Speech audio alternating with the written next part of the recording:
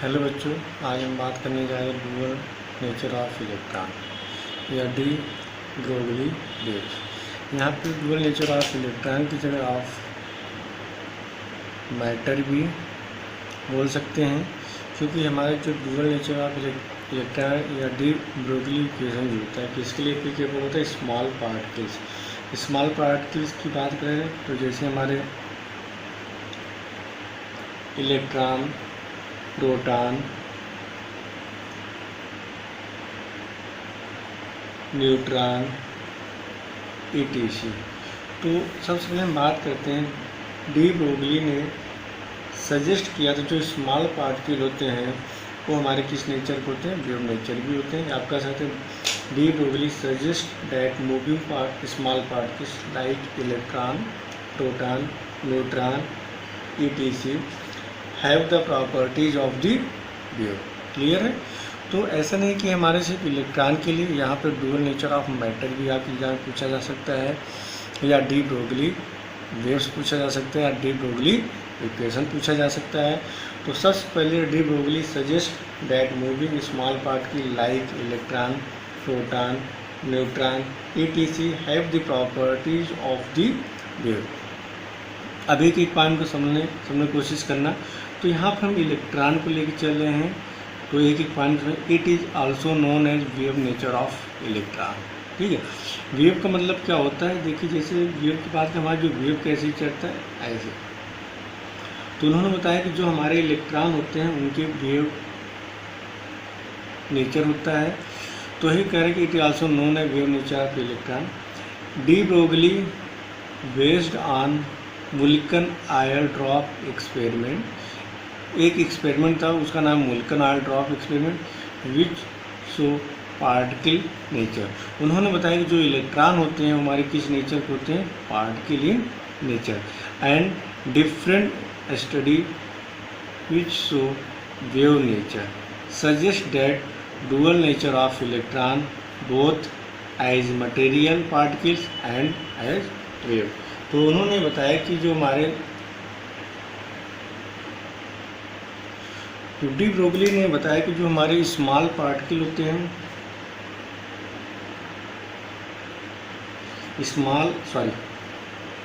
Small matter, या हम कह सकते हैं इलेक्ट्रॉन, प्रोटॉन, न्यूट्रॉन, ये डुअल नेचर के मतलब क्या होते हैं? ये हमारे वेव नेचर के भी होते हैं और पार्टिकल भी होते हैं। मतलब हम बात करें पार्टिकल के साथ साथ इसमें कैसा नेचर होता है? Wave nature. वेव का मतलब क्या होता है? हमारा वेव कैसे चलता है? इस तरह चलता है। ठीक है, तो यहाँ तक तो क्लियर हो गया होगा कि डुअल नेचर ऑफ इलेक्ट्रॉन या डुअल नेचर ऑफ मैटर का मतलब क्या होता है कि हमारे इसके दो नेचर होते हैं। एक तो इसमें पार्टिकल नेचर होता है और दूसरा हम बात करते हैं वेव नेचर होता है। मतलब वेव नेचर शो करता है और दूसरा हम बात करते हैं पार्टिकल नेचर शो करता है। इसके बाद हमारे जो डिफरेंट, एक तो आपने पढ़ा था डी ब्रोगली, पहला एक्सपेरिमेंट था मुल्कन ऑयल जो क्या बताया? Particle nature. और सेकंड डिफरेंट स्टडी और किया गया तो जो हमारा क्या बताया था? वेव नेचर के बारे में। तो आप इतना नोट करिए बच्चों कि आगे कंटिन्यू करते हैं। चलिए, अब तो सबसे पहले हमारा एक फार्मूला हमने डेराइव किया, A1 इक्वल क्या होता है? mc²। और ये फार्मूले से हमें क्या पता चला? By particle nature.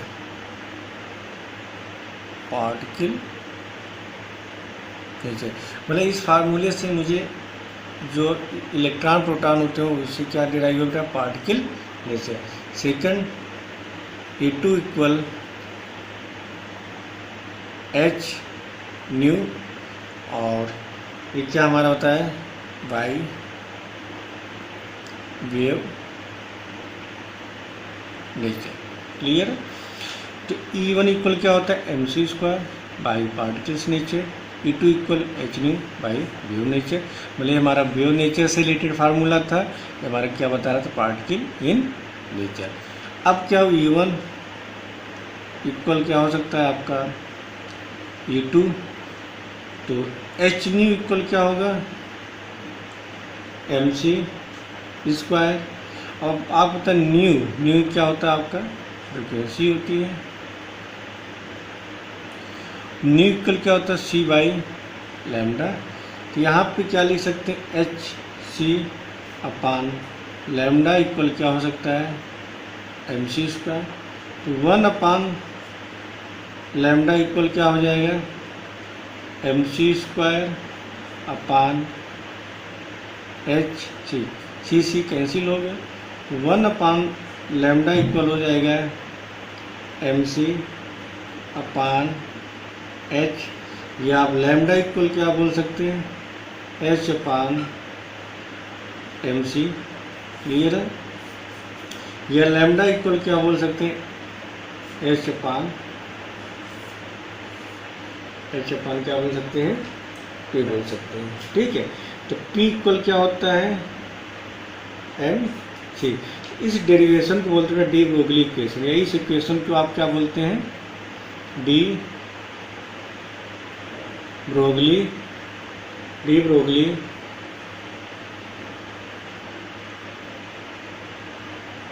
इक्वेशन क्या बोलते हैं, डी ब्रोगली इक्वेशन। तो यहाँ पे आपको दो फार्मूले आपको याद करने हैं। एक लैम्डा इक्वल क्या है, HMC, और दूसरा लैम्डा इक्वल क्या है, H अपान P। अब एक पॉइंट को समझना है। यहाँ पे लैम्डा क्या है, लैम्डा हमारा क्या होता है, वेवलेंथ होता है। मास M क्या है, M मीन्स होता है मास ऑफ मूविंग पार्टिकल्स। जैसे हम बात करें पार्टिकल्स में, आप क्या आ सकते हैं, इलेक्ट्रॉन ले लो, प्रोटॉन एंड न्यूट्रॉन। तो हमारा जो डी ब्रोगली इक्वेशन था किसके लिए एप्लीकेबल था, स्मॉल पार्टिकल के लिए एप्लीकेबल था। मीन्स इलेक्ट्रॉन, प्रोटॉन, न्यूट्रॉन के लिए हमारा एप्लीकेबल होता है। एम क्या होता है, मास ऑफ मूविंग पार्टिकल्स, जैसे electron, proton and neutron. V क्या होता है, यहाँ पे MC की जगह आप V भी लिख सकते हैं या C भी लिख सकते हैं। क्लियर।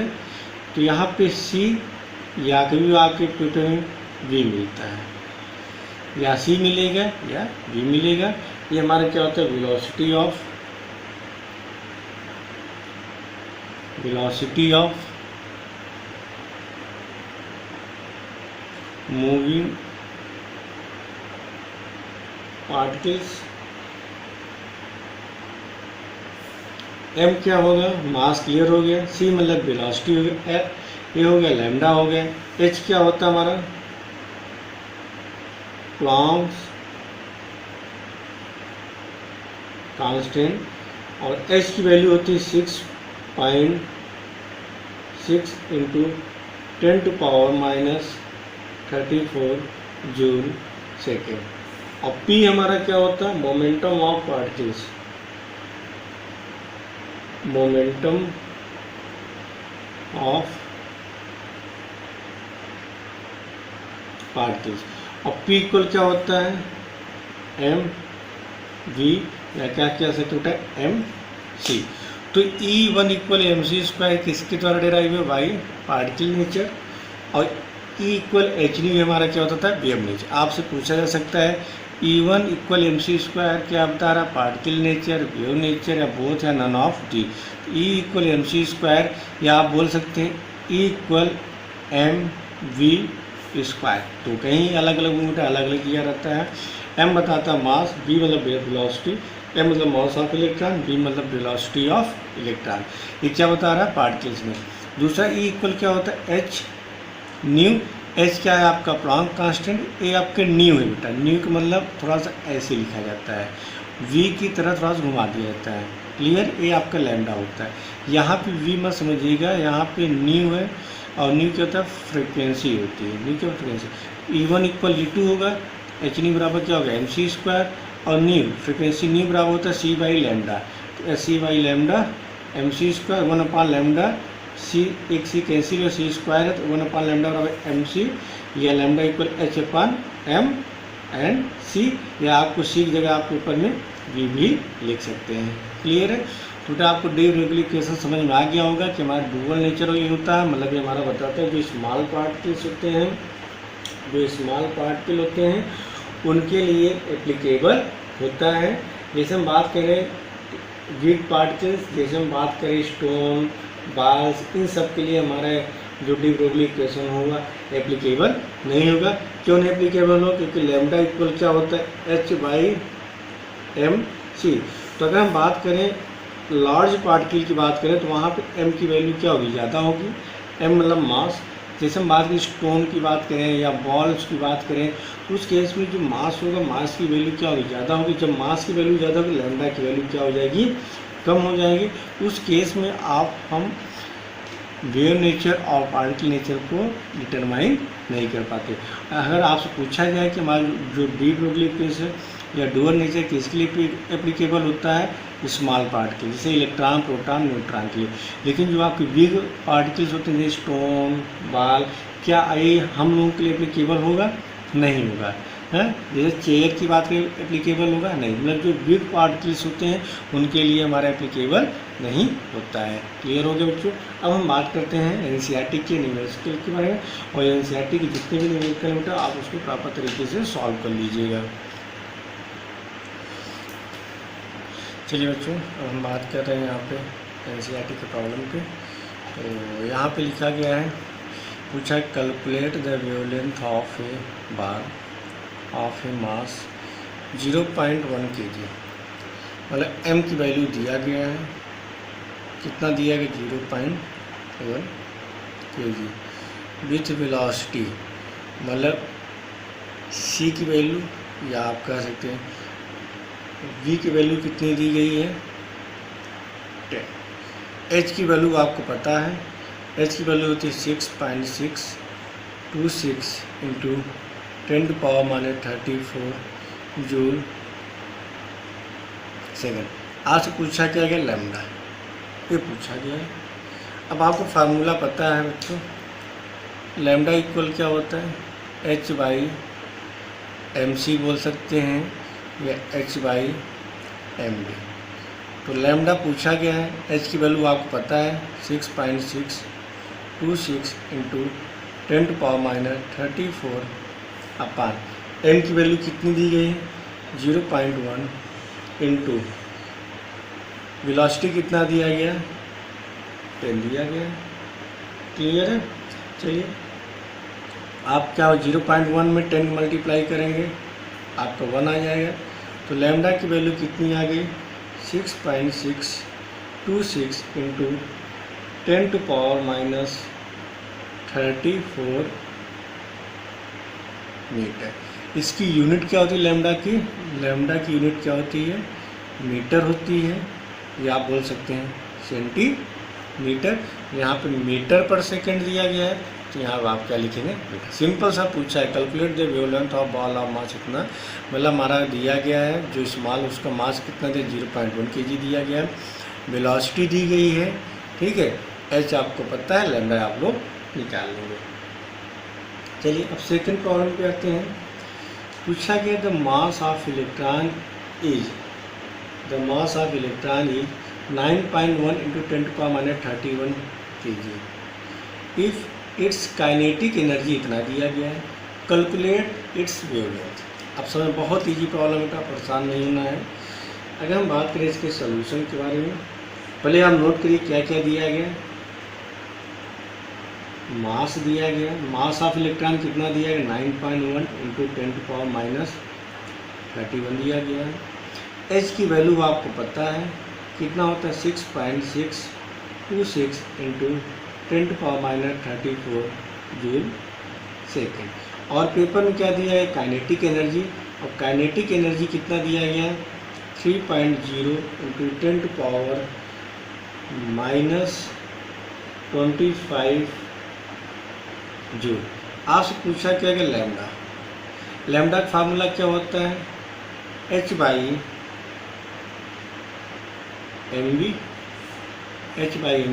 आपको h की वैल्यू पता है, m की वैल्यू पता है और v की वैल्यू नहीं पता है। तो सबसे पहले आप v की वैल्यू निकालेंगे। तो एक आपका फार्मूला होता है, आप याद करना पड़ेगा। काइनेटिक एनर्जी इक्वल क्या होता है?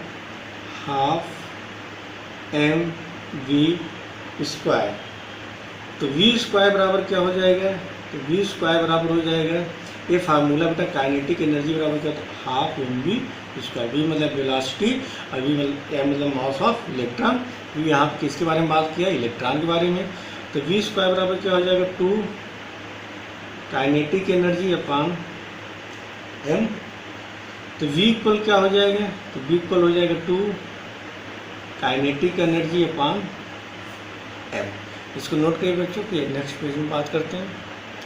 तो आपका फार्मूला है क्या है बेटा, वी इक्वल क्या आ गया, सॉरी वी इक्वल आ गया 2 काइनेटिक एनर्जी अपान मास। क्लियर। तो 2 इंटू काइनेटिक एनर्जी कितना दिया गया है, 3 into 10⁻25 upon mass of electron आएगा 9.1 इंटू 10⁻31। इलेक्ट्रॉन का बेटा मास जो होता है ये फिक्स होता है 9.1 इंटू 10⁻31। और आपके पेपर में मास ऑफ इलेक्ट्रॉन मतलब मूविंग पार्टिकल क्या दिया गया, इलेक्ट्रॉन दिया गया। तो इलेक्ट्रॉन का मास कितना होता है 9.1 इंटू 10⁻31। जब आप इसको सॉल्व करोगे आपकी जो वेलोसिटी आएगी वो आएगी 812 आएगी मीटर पर सेकेंड। आपका वेलोसिटी निकल गया। वेलोसिटी आपने कैसे निकाला, काइनेटिक एनर्जी से निकाला। अब आप लैम्डा निकाल लीजिए। लैम्डा इक्वल क्या होता है, h/mv। और h की वैल्यू कितनी होती है, 6.626 इंटू 10⁻34 अपान 9.1 इंटू 10⁻31। और वेलोसिटी कितनी है ये आपकी 812। क्लियर। अब आप इसको जब सॉल्व करेंगे, तो आप पूरा सॉल्व करेंगे तो लैम्डा की वैल्यू आएगी 8967 इंटू 10⁻10 मीटर। क्लियर बच्चों। चलिए सिंपल सा प्रॉब्लम था, आपको हो गया। चलिए हम थर्ड प्रॉब्लम की बात करते हैं।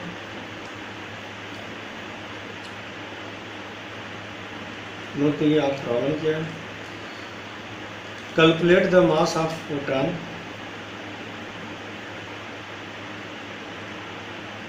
Calculate the mass of photon with wavelength 3.6 angstrom. Clear, simple सा है।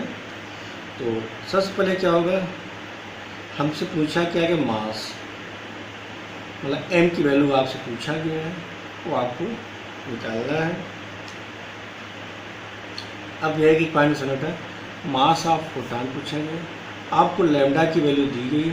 लैम्डा की वैल्यू दी गई 3.6 एंगस्ट्रॉम। और जब आपको पता है कि 1 एंगस्ट्रॉम बराबर होता है 10⁻10 मीटर। क्लियर। तो जब भी पेपर में आपके एंगस्ट्रॉम दिया गया तो उसको मीटर में चेंज कर लेंगे। तो लैम्डा इक्वल हो जाएगा 3.6 इंटू 10⁻10 मीटर। तो बच्चों जब भी पेपर में एंगस्ट्रॉम दिया गया हो, वेवलेंथ इसकी यूनिट किसमें मीटर हो सकता है, सेंटीमीटर हो सकता है और एंगस्ट्रॉम भी हो सकता है। लेकिन जब भी पेपर में एंगस्ट्रॉम, देखिए अगर आपसे पूछा गया तो अलग बात है, नहीं जब भी पेपर में एंगस्ट्रॉम दिया गया उसको मीटर में चेंज करेंगे। आपको पता है 1 एंगस्ट्रॉम बराबर होता है 10⁻10 मीटर। तो 3.6 बराबर हो जाएगा 3.6 इंटू 10⁻10 मीटर हो जाएगा। तो लैम्डा है, एच की वैल्यू आपको पता है, एच की वैल्यू कितनी होती है 6.6 इंटू 10⁻34। और आपको पता है फोटॉन की जो वेलोसिटी होती है फिक्स होती है। फोटॉन की अगर वेलोसिटी बात करें तो इसकी वेलोसिटी कितनी 3 इंटू 10⁸ होता है मीटर पर सेकेंड। एक एक पाँच। जैसे मास ऑफ इलेक्ट्रॉन, इलेक्ट्रॉन का मास कितना होता है 9.1 इंटू 10⁻31। एच की वैल्यू कितनी होती है 6.6 इंटू 10⁻34।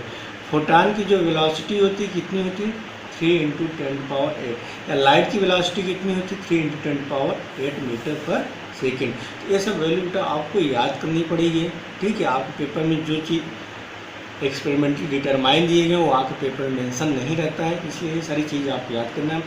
फोटान की वेलोसिटी कितनी होती है 3 इंटू 10⁸ मीटर पर सेकेंड। एच की वैल्यू दिया गया 6.6 इंटू 10⁻34, और लैम्डा की वैल्यू भी दिया गया। पेपर में आपसे क्या पूछा गया, मास की वैल्यू पूछा गया है। कैसे निकालेंगे, एक एक पॉइंट को समझना।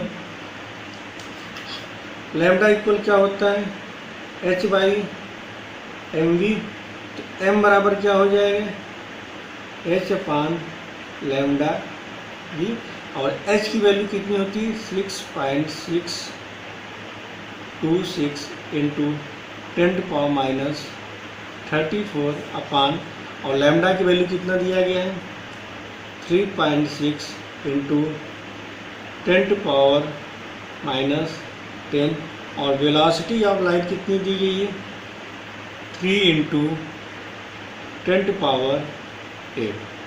क्लियर बच्चों, आप इसको सॉल्व करिए। अब जब आप इसको कम्प्लीटली सॉल्व करेंगे तो लैम्डा की जो वैल्यू आएगी वो आएगी अप्रॉक्सीमेट आपका, सॉरी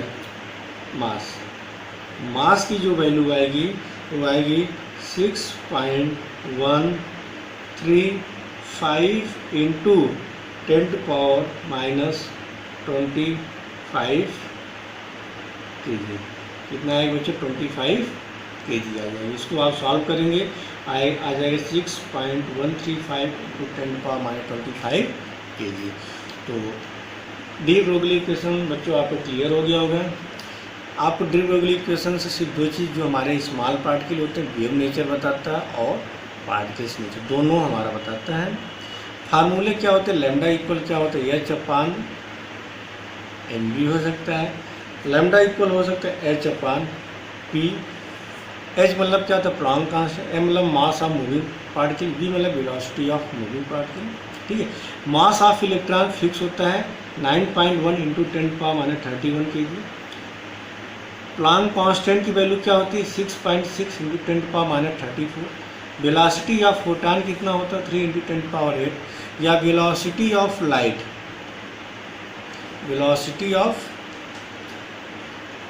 लाइट कितना होता है 3 इंटू 10⁸ मीटर पर सेकेंड। आपको मास ऑफ प्रोटॉन और मास ऑफ न्यूट्रॉन आपको अपने नोट्स में मेंशन कर लीजिए, एनसीईआरटी में दिया गया, ये आपके लिए होमवर्क है। तो ओके बच्चों, आपको डी ब्रोगली इक्वेशन समझ में आ गया होगा। अब हम सेकेंड बात करेंगे हाइजेनबर्ग। तो अगला जो लेक्चर होगा आपका हाइजेनबर्ग से रिलेटेड होगा। तो ओके, आज इतना बच्चों, थैंक यू। और इवनिंग में आपका शाम को एक हाइजेनबर्ग से रिलेटेड वीडियो लेक्चर अपलोड करेंगे। अब आप लोग उसको प्रॉपर तरीके से देख लीजिएगा, ठीक है। अब हम बात करते हैं एनसीईआरटी के या बेसिक कुछ और सारी प्रॉब्लम के बारे में। Okay, thank you.